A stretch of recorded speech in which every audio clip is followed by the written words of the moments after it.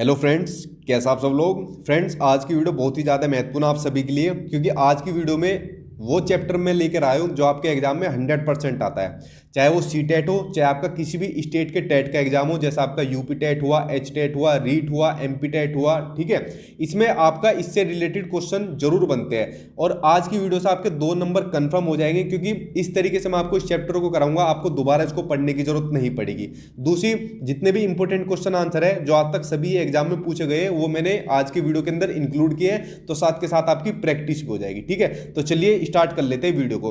साथ ही एक चीज आपसे शेयर कर दूं, आज आपकी फर्स्ट वीडियो है, यानी जो आपकी सीडीपी आती है बाल विकास और शिक्षा शास्त्र 30 नंबर की, उसका आज आपका फर्स्ट चैप्टर है। जितने भी सिलेबस में आपके सारे चैप्टर दिए हुए हैं उन सभी को मैं अपने चैनल पर करा दूंगा विद क्वेश्चन आंसर। तो अगर आपने इनको अच्छे तरीके से कर लिया तो आप 25 प्लस का स्कोर इजीली कर पाओगे। ठीक है, सीडीपी के अंदर। उसके लिए चैनल को सब्सक्राइब कर लेना, ताकि जितने भी पार्ट इसके बाद आएंगे आपके महत्वपूर्ण चैप्टर के, वो आपको चैनल पर इजीली प्रोवाइड हो सके, इसलिए चैनल को सब्सक्राइब कर लेना।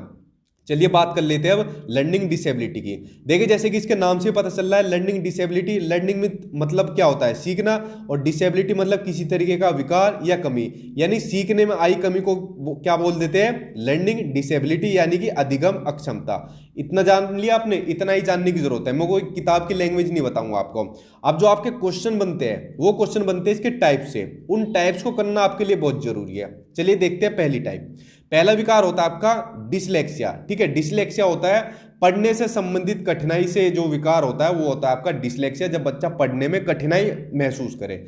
जैसे कि इसके नाम से साउंड आ रही है लक्स की, तो ठीक है, आपने देखी एक मूवी देखी होगी तारे जमीन पर, उसमें आमिर खान थे और दरसील थे, इन दोनों ने लक्स का एडवर्टाइजमेंट भी किया था। अब जो ये बच्चा होता है दरसील, इसको ये बीमारी होती है, पढ़ने से संबंधित कठिनाई होती है, और ये डिसऑर्डर होता है डिसलेक्सिया। इसमें ये बच्चा क्या करता है, ये चीजों को सही से पढ़ नहीं पाता। मान लीजिए अगर किसी ने बोला कि इसको पढ़ के बताओ 100 को, तो इसको उल्टा पढ़ेगा, वाज पढ़ देगा। ठीक है, बी को क्या पढ़ देगा? डी पढ़ देगा। ठीक है, तो इस तरीके की ये जो है बीमारी थी इस बच्चे को, दरसील को। तो पढ़ने से संबंधित जो कठिनाई होती है वो होती है आपकी डिसलेक्सिया। डिसलेक्सिया में लक्स की साउंड आ रही है, लक्स से आप समझ जाना, आमिर खान और दरसील ने जो ऐड किया था लक्स का। ठीक है, ये होता है आपका डिसलेक्सिया। चलिए अब चलते हैं दूसरे टाइप पर। दूसरा टाइप आपका डिस्ग्राफिया। डिस्ग्राफिया होती है आपकी लिखने से संबंधित जो विकार होता है वो होता है आपका डिस्ग्राफिया। देखिए, डिस्ग्राफिया में साउंड आ रही है ग्राफ की, ये बच्चा ग्राफ पर कुछ लिख रहा है ना, और ग्राफ पर बेसिकली लिखा जाता है, यानी जब लिखने से संबंधित किसी भी तरीके का विकार हो तो वो होता है आपका डिस्ग्राफिया। जैसे पिछली भी जो आपकी डिसलेक्सिया थी उसमें दरअसल क्या करता है, सो को वाज पढ़ता है, ठीक है, वहां पढ़ता है, लेकिन अगर यहाँ सो को वाज लिख दे यानी उल्टा लिख दे तो हो जाएगा आपका डिस्ग्राफिया। दोनों में कंफ्यूज मत हो जाना, वहां उस उल्टा उसको पढ़ता है या उल्टा उसको क्या करता है, लिखता है, और इसको आप ग्राफ से रिलेट करते हो क्योंकि ग्राफ पर चीजें लिखी जाती है। 2 टाइप होगी, दोनों महत्वपूर्ण आपकी, बहुत बार एग्जाम में आई है। अब देखते हैं तीसरी टाइप। तीसरी टाइप आपकी डिसकैलकुलिया, यानी गणितीय गणना से संबंधित जितनी भी समस्या होगी, जितने भी विकार होंगे, वो उनको जाना जाता है डिसकैलकुलिया के नाम से। अब देखिए, डिसकैलकुलिया में कैलकुलेटर की साउंड आ रही है, और बेसिकली कैलकुलेटर का हम सभी को मतलब होता है, कैलकुलेटर का यूज किस लिए करते हैं? ठीक है, जितनी भी हम क्या करते हैं, कैलकुलेशन करते हो कैलकुलेटर पर करते हैं, और मैथ के अंदर इसका यूज किया जाता है। तो आप आइडिया लगा लेना, डिसकैलकुलिया में जैसे ही कैलकुलेटर की साउंड आ जाएगी समझ जाना कैलकुलेटर मींस मैथ, और मैथ से संबंधित विकार को बोल देते हैं आपके डिसकैलकुलिया। ठीक है, ये आपका तीसरा विकार हो गया। बेसिकली ये 3 विकार ही सबसे ज्यादा एग्जाम में पूछे जाते हैं, लेकिन मैं सारे विकार आपको करा रहा हूं ताकि आपका कोई भी क्वेश्चन छूटे ना एग्जाम के अंदर। अगला विकार देखते हैं। अगला विकार है डिस्मोर्फिया, यानी जब बच्चे को भ्रम की स्थिति हो जाती है। अब देखिए, डिस्मोर्फिया में मोर की साउंड आ रही है। अब बच्चे ने एक तरफ तो देख लिया मोर, दूसरी तरफ देख लिया मुर्गा। अब उसने देखा कि यार दोनों दिखने में सेम तो लग रहे हैं, लेकिन कौन सा मोर है और कौन सा मुर्गा है, वो भ्रम वाली स्थिति में हो गया कि असल में है कौन सा।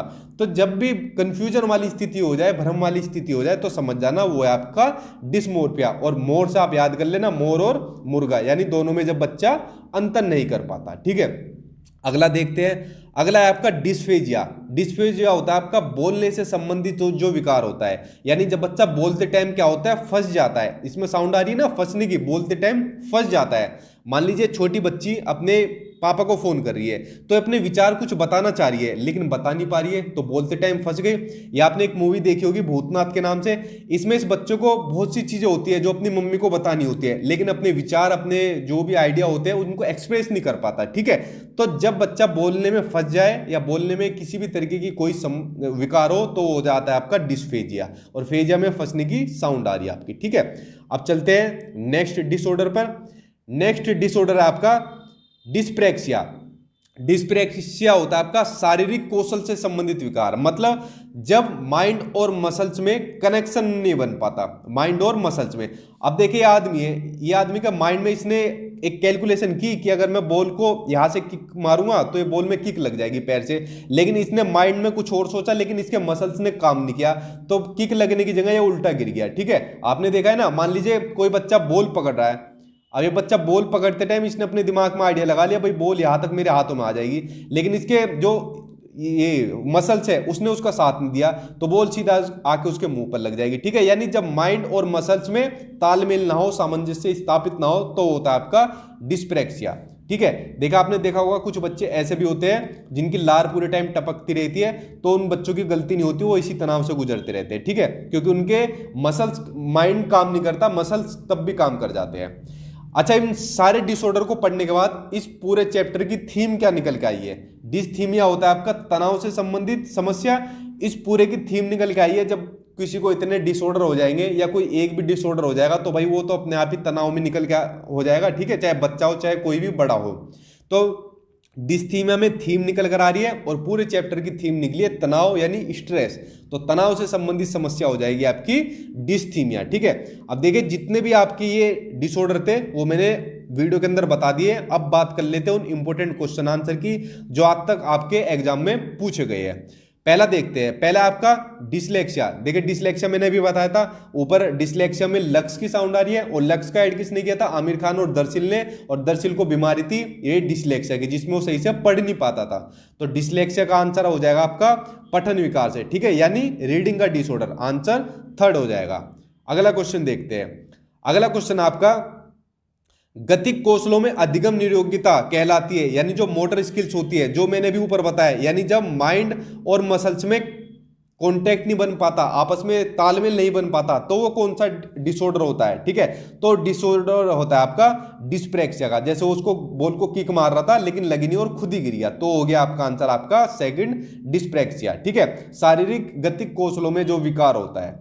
चलिए चलते हैं अब नेक्स्ट क्वेश्चन के ऊपर। नेक्स्ट आपका, यदि एक शिक्षार्थी को संख्या और परिकलन में समस्या हो रही है, ठीक है, यानी नंबर्स और कैलकुलेशन में उसको प्रॉब्लम फेस हो रही है, तो उसमें असमर्थता किस में हो सकती है उसको देख लेते हैं। पहले डिस्ग्राफिया।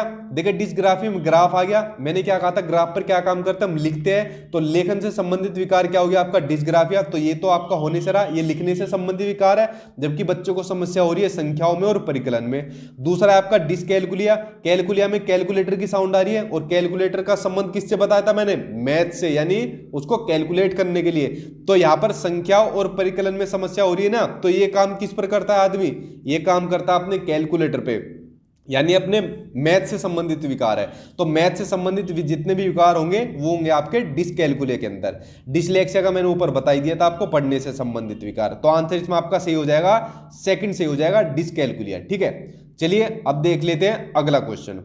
अगला क्वेश्चन आपका, भाषा अवबोधन से संबंधित विकार कौन सा है? ठीक है, वो आपको बताना है। भाषा अवबोधन यानी जब अपने भाषा को सही से बोल ना पाए, अपने विचार को एक्सप्रेस ना कर पाए, यानी फंस जाए। ठीक है, तो मैंने कहा क्या कहा था, जब भाषा में बोलते टाइम फंस जाए तो वो क्या हो जाएगा आपका डिस्फेजिया।